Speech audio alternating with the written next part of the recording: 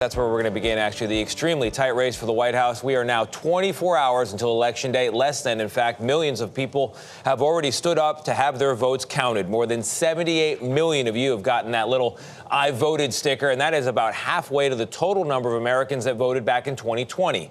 So take a look at this, our latest Battleground Tracker poll, and as you can see, every single state here is in a statistical tie. But while it is a very close race, the candidates' messages could not be further apart.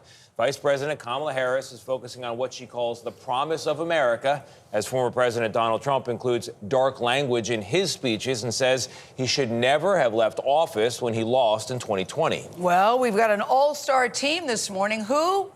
John Dickerson to name one, Nora O'Donnell to name two, a powerhouse team, and correspondents who are following both campaigns. We'll start on the Trump side, though, with Caitlin Huey-Burns. She is in North Carolina. Caitlin, good morning. What can you tell us?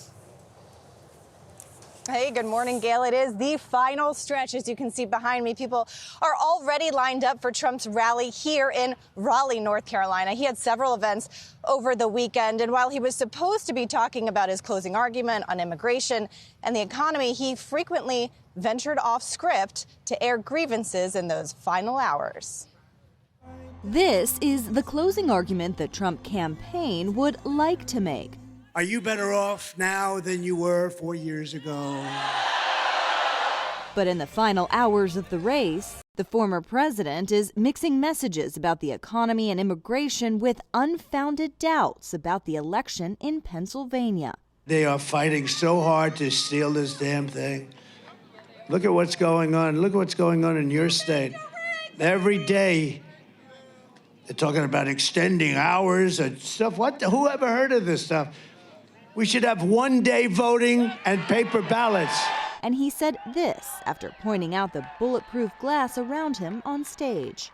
And I have this piece of glass here, but all we have really over here is the fake news, right?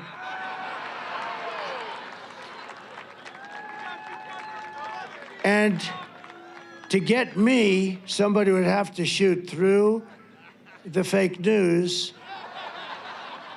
And I don't mind that so much. The campaign downplayed the remarks, saying they had nothing to do with the media being harmed and that he was actually looking out for their welfare. In the final stretch, Trump is spending significant time in North Carolina, a state he can't afford to lose. And if we let this slip away, we should have our heads examined. The Trump campaign is encouraged by the number of Republicans who have already cast ballots. Emily Stack chairs the North Carolina Young Republicans and has been knocking on doors. Honestly, this is the first time we've had such a high number of people go, I just voted this morning. They're almost beating us to the polls before we can even knock on the door.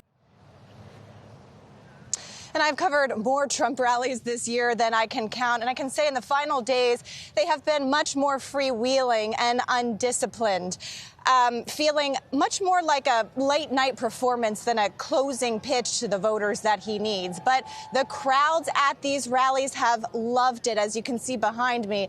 And many of them who I've spoken to say that they can't imagine a world in which he loses. Nate? And your coverage has been great, Caitlin. Thank you.